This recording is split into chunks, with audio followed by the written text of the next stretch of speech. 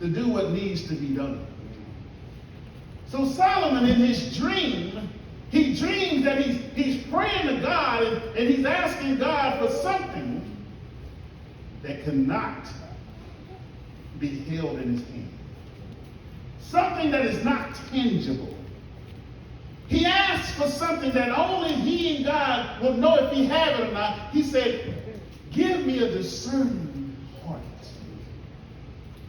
to understand the difference between good and bad, between spiritual and evil.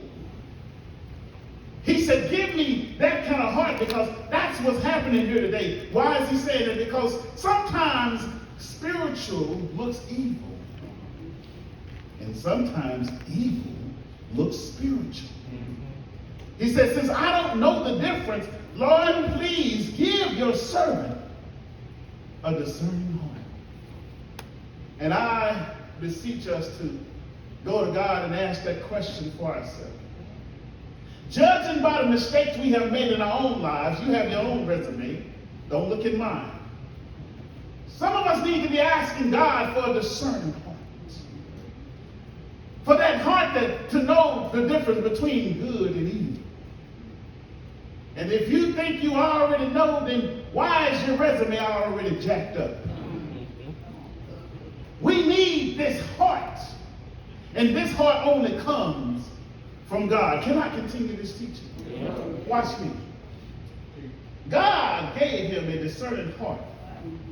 But a wise heart is what he needed. Yeah. So God, in addition to what he said, I'm going to give you what you asked for, and I'm going to raise you one. I'm going to make you wise. Because you can't have spiritual discernmentship unless you have spiritual wisdom. Watch me. Verse 12. He said, behold, I have done according to thy words. Lo, I have given thee a wise and understanding heart. So there was none like thee before, and there will never be anybody like you after this. He's considered the wisest man that ever walked the face of the earth. Watch me. A dog has a certain type of discernment. A dog knows the difference between those who stumbled over and those who kicked him. That's a dog. But you, on the other hand, don't know the difference. Because sometimes you react to folks when they stumble over you as if they kicked you. You don't understand that they were really trying to help you. It was an accident. And they're apologizing, and here you go, no, I know she meant to do it. You don't know her like I know her. And you have what you think is your discernmentship. And then vice versa, some of us are getting kicked and we're excusing it for people stumbling. Oh, she didn't mean to do it. That's just the way she is. Baby, she's trying to kick you down, and you don't have the discernmentship to understand between the two. So if we can just have the discernment of a dog, then we'd be far better in this life. Watch this. It's easy to spot someone who comes right out and tell you, I don't like you. That's very easy to do. Someone who comes out and looks at you and says, I can't stand your black face. But it's so hard when somebody is, come here, OJ, help me out, when smiling in your face. All the time. Want to take your place. What do they call it? Everybody 50 and over? Backstabbers, y'all better help me preach. Watch this. It's hard, because if it wasn't so hard, you wouldn't have so many wounds in your back. There's not a person in here that don't have wounds in their back, and you of age. Watch this. They appear to be your friend, but they're designed to kill you. This takes spiritual wisdom and discernmentship to know the difference between somebody who's helping you and somebody who's after you. And I'm sorry, women, it's not women's intuition. Let me put a rest to that right now. Women traditionally, they have this internal instinct, yes, a little more than guys do. More because they have children, and in order to watch over the children and care for them and protect them, they have this internal instinct to watch out for the children, to protect their offspring from potential threats. I'm not saying that you don't have that. But I'm sorry that women's intuition is acquired knowledge. You have learned, watch this, when a man wants to control everything, when he wants to be everything in your life, that he ends up busting you upside the head. Why? Because you've been there, done that. So now you learn that this type of man has these type of qualities, and you pass this on down to your family members. Girl, watch out for him. He don't even want you to go around your family. I know that kind. That's acquired knowledge. It has nothing to do with spirituality. Woo, you better preach, young man. Watch this. You have this psychic ability that's on the inside that you claim that I know the difference between right and wrong. The experts said you learn how to read facial expressions and body language. Has nothing to do with spirituality. So women's intuition, watch this, looks for physical signs. And they have hunches and they have this gut feeling. Have you ever had that when that young man comes over the house and that young girl is just all praising over him and mama looks at him and something ain't right about this boy. That's called women's intuition because she's seen that before. But it has nothing to do with spirituality. Watch this. Here's the problem. If women's intuition needs physical signs, the problem with the devil is that he doesn't give signs. He comes along and, okay, y'all don't believe me? I see you rolling your eyes. Come follow me to the garden. The Bible said that the serpent was more subtle than any of the beasts that God has made. Yeah. You sitting right underneath him and don't know he's designed to kill you. And then you start telling him and your husband personal business to somebody who you think is cool and all that. Woo! Somebody say, preach, young man, preach. Yeah, I'm coming down your road now. Watch this. He's subtle. The Bible said that he's so subtle that he wasn't obvious. He's incomprehensible. I can't figure this person out. He's difficult to detect. Watch this. And this type of situation leads to trial and error.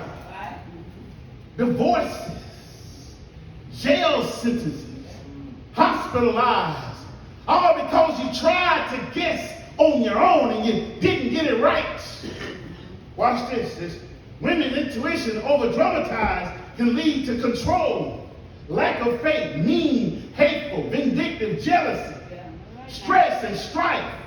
Always, watch this, pushing away those who love you and trying to help you, but cuddling with those who are designed to bust you upside your head. It's women's intuition. But the Bible says people came from all around the earth just to hear one man. And his name was Solomon. Because he had a little more than women's intuition. He had spiritual discernment. Watch the movements of the text. The main difference between wisdom and discernment is that wisdom is a deep understanding of knowledge of the subject, and discernment is the activity of that knowledge. You have to act out discernment. So wisdom can be defined in many ways. There's a variety of measurements for wisdom, but can I teach you something real quick? Wisdom, watch this, is the totality of everything. Discernment is just a product of wisdom. You can't discern unless you're wise first. They both have knowledge as a backdrop. I know what the Bible says, Proverbs 9 and 10, write it down. Here we go. The fear of the Lord is the beginning of wisdom. And the knowledge of the holy is understanding. So can I ask you a question? How is it that you don't even know the Lord, but you claim to be wise? I got to teach him right here. There is a human effect about wisdom that's available for every man. Watch me. Watch this. Wisdom, watch this. This human wisdom adds up all the knowledge, puts it all together, and it gives you an estimate of what can happen in this situation. Okay, Brother Cooper, let me see, can I help you? Go to a wise man if you want to buy a car. And he's going to ask you several questions. He's going to say, well, how much is he asking for the car? How many miles on the car? What's the gas mileage in the car? What kind of engine does it have? How many owners have this had? What's the year, make, and model? Because he is wise in his understanding. Then he's going to look at you and say, don't buy that car. That car will be on the side of the road in the next month or two. He's a wise man, but he's spiritual. Watch this, watch this. There are some wise men that were not spiritual, that we hold as being wise. And Aristotle, Plato. Yes, they're wise. But Aristotle, watch what he says. Educating the mind without educating the heart is no education at all. That's Aristotle. That's the true statement. Happiness depends on ourselves. That's what Aristotle said. Aristotle said, wishing to be friends is quick work, but friendship is slow ripening fruit. That's Aristotle. Plato said, be kind for everyone you meet is fighting a harder battle. That's Plato. Plato said, only the dead have seen the end of war. That's Plato. Plato said, never discourage anyone who continually makes progress, no matter how slow. And then he came back, he said, I am the wisest man alive, for I know one thing, and that is that I know nothing. That's Plato. And so you can take Plato and Aristotle, and you can compare it to Proverbs, the book of wisdom, and they can go toe to toe. But there's one thing that's going to separate it. That wisdom comes from God. And Solomon has an upper hand when it comes to choosing between good and evil. Can we go there? All right. The godly effect of wisdom doesn't always make sense. And here's why. Discernment, watch this, involves going past mere perception. It's going past mere perception and, watch this, making the nuanced judgments about properties and qualities, even when the person standing in front of them don't understand. How do you go past what is trying to fool you? How do you go past what is trying to deceive you? Well, I'm glad you asked that question. It looks right. It feels right. Eve said it tastes right. But how do you go past it? The spiritual effect of discernment, watch this, will tell you that it's not right. Solomon, here you go. He quickly found out that discernment is the firstborn child of wisdom. I'm in verse 16. Watch what he does. There's two women, hardest, women of the street. Y'all know who they are. Don't dwell on it too much. They came, and they were in the house together, and both of them had a child. And one night, one of them laid on their child, and their child was dead. And so what she did in the middle of the night was switch children. So when the other one woke up, she looked at the child, the dead child, she said, this isn't my child. And then she woke the other heart up, what you doing with my child? She said, no, this is my child. She said, no, your child is dead. And so the argument had to be taken to the king. He just prayed for spiritual discernment. And so when they took it in front of the king looked at it. So what's the problem? Well, I woke up in this woman right here. That's what she said. She wasn't black. I don't know what she was, but I have feelings she was pointing her finger. This woman right here. When I woke up this morning, my child was dead, but no, I looked over there, that's my child. And then the other woman said, no, that's her child. And so they're arguing back and forth. So Solomon said, do me a favor, bring me a sword. Come here, bring me a sword. He said, I want you to do me a favor, cut the child in half. And I want you to give one half to this woman and one half to the other one. Now, one of the women said, I can care less. I don't care. Neither one of us have. You ever heard somebody say that? Neither one of us will get him. I don't care. She said, that's what this woman said. But the other woman said, no, don't kill that child. I'd rather she have it and the child live than me to have any child at all that's dead. And so Solomon looked and he said, okay, tell you what, give this woman the child. Because it's the love of a mother that doesn't want to see her child dead. So he had spiritual discernment. Because it looked crazy to chop somebody in half. But that's the way God works. Watch this, watch this. Now, wisdom is the ability to apply knowledge, right? In an insightful way. But discernment can distinguish between the two.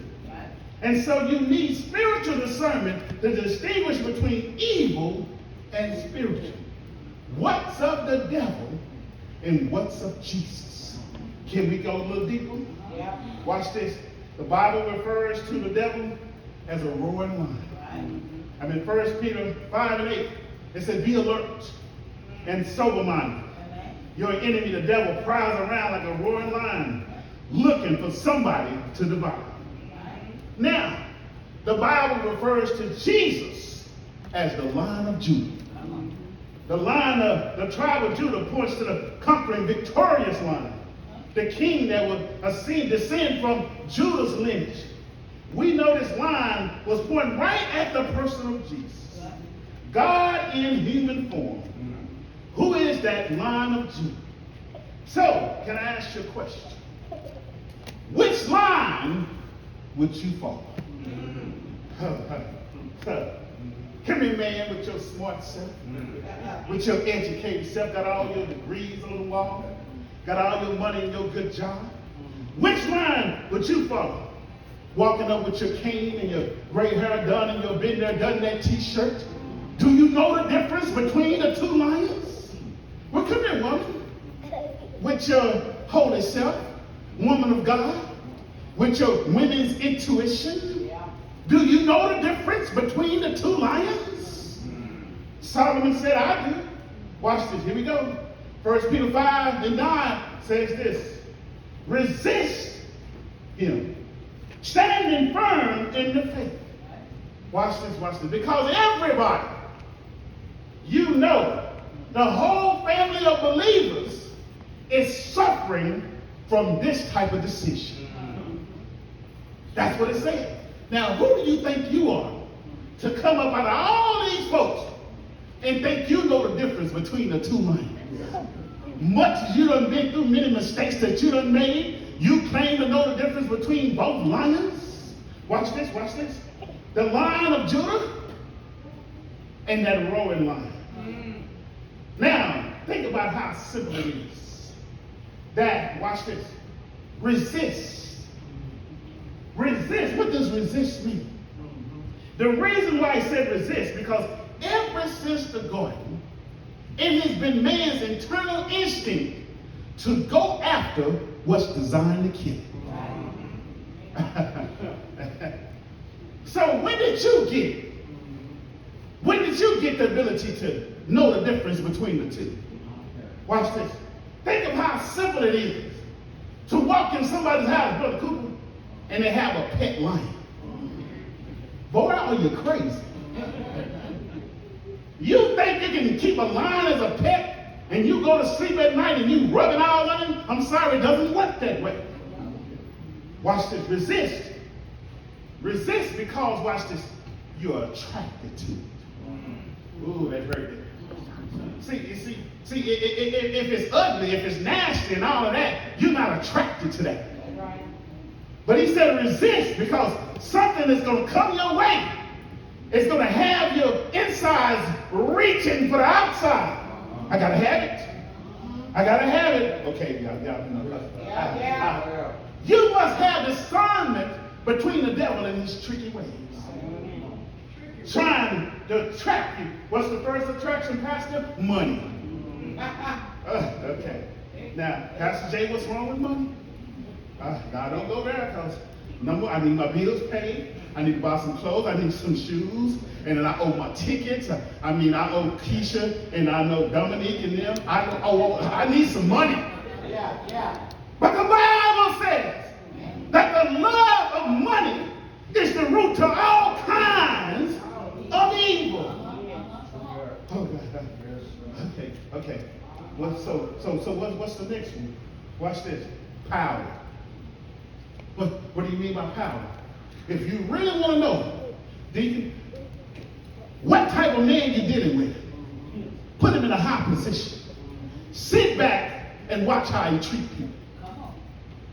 If he's a true man of God, he's going to stay humble. But we have so many arrogant men out there till it's not even funny. One of them just left the White House. But we have so many men who think they can't be touched by God. And the Bible says that you're supposed to walk humbly with your God. Watch this. James 4:8 said, humble yourself before the Lord, and he will lift you up. But if you lift your own self up, he will break you down to your lowest remains. Watch this. It says, stand firm in the faith. Take up the whole armor of God. Why? So you can be able to withstand in the evil day. Having done all to stand. Therefore, having you learned, going about with truth. The songwriter said like this, what do you do when you've done all you can?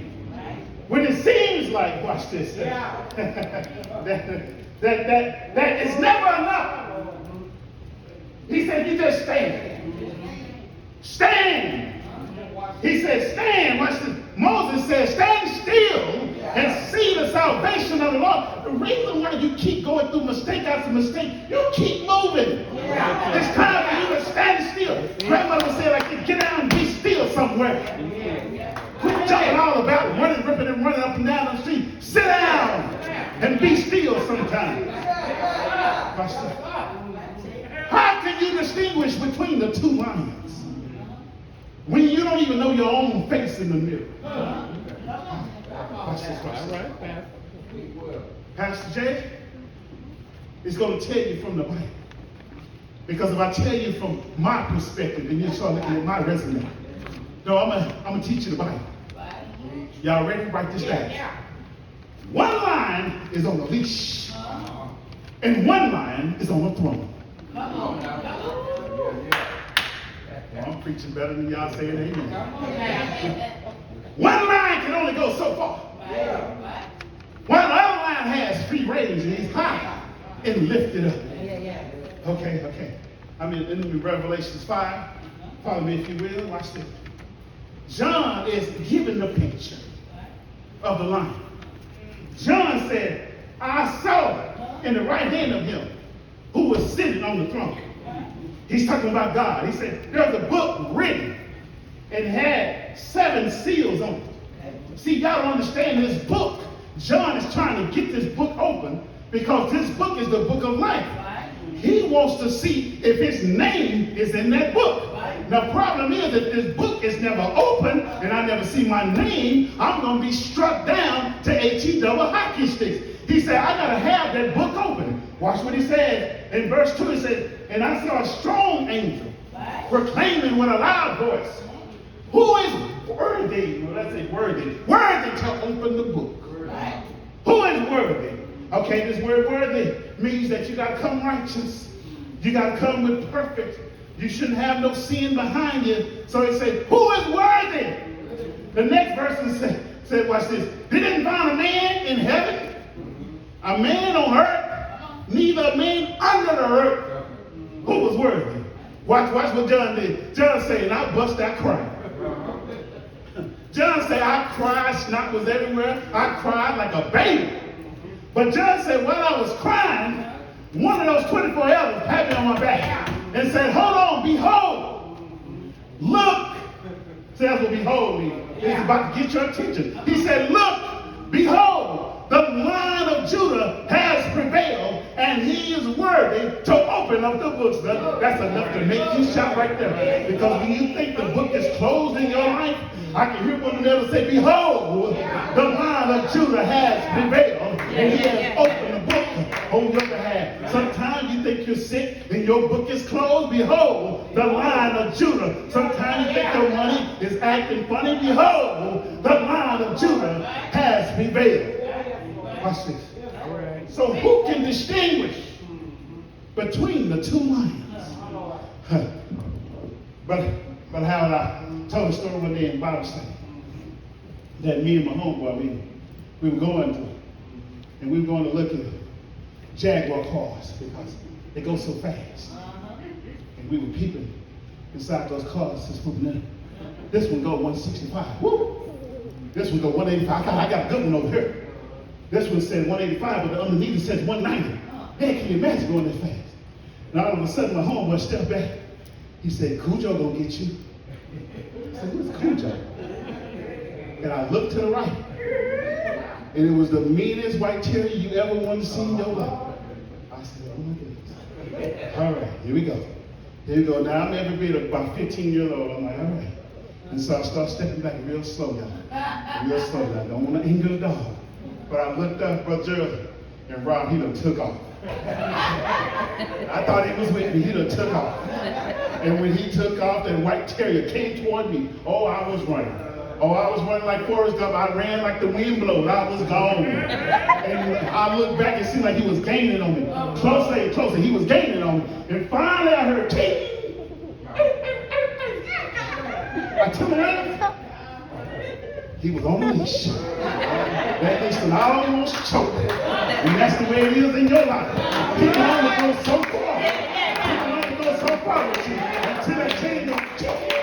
God has it on a very short leash in your life. How can you distinguish between the two lines? Brother, how would I got to get out of here? My minutes are up. One line roars, and one line is on a leash. One line cares for you. That line is on the throne. One line goes around seeking whom he may devour. The other line is seeking who he can save. One line is trapped in a cage, and one line can open a door that no man can close and make his way out of nowhere. Who can distinguish between the two lines? One line has limited power, and one line has all power in his hand. Who can distinguish between the two lines? Can they go home now? One line wants to see you dead, and the other line can raise you from the dead. Who can distinguish between the two lines? One line will lead you to stress, and one line said, follow me, I will give you rest. Who can distinguish between the two lines? One line can do anything, and one line can do all things. Who can distinguish between the two lines? If you can distinguish between the two lines, why don't you lift up your hands and wave it right now? One line can do it, and the other line can do it. And I heard one of the elders say, won't he do it? Won't he do it? Won't he lift you up? Won't he turn you around? Won't he place your feet on solid ground? Somebody say, won't he do it? Won't he do it? Won't he, won't he, won't he, won't he, won't he? Somebody say, yeah. Who can distinguish between the two lines? One line has a line that he can't cross. The other line died on a cross. One Friday night. Somebody said he died. He died. He put his head in the locks of his shoulder, and he died. John said he died. Mark said he died. My Mima said he died. Somebody said he died. Yes, he did. On a Friday night. All Saturday, can't you see everybody crying? But early, somebody said early, Sunday morning, the elders pat you on the back and said, look, the Lion of Judah has got up and he has all power in his hand. He has prevailed. Somebody say, won't he do it? Won't he do it? Who can distinguish between the two lines? Won't he do it? Won't he do it? Won't he, won't he, won't he, won't he, won't he? Somebody say, yeah. Say, yeah. Spiritual discernment. You can't get there on your own devices. You don't know what the devil knows. He knows your appetite. He knows what you like. But if you have spiritual wisdom, you can look at that 6'5", dark, good hair, hazel-eyed man and say, if you ain't right, and your daddy wasn't right, and your daddy before him wasn't right. But that's if you have spiritual discernment. You can look at that lady, as fine as she looked, and say, you ain't nothing but the devil. That's because you have spiritual discernment. God bless you and may He keep you. It's my prayer.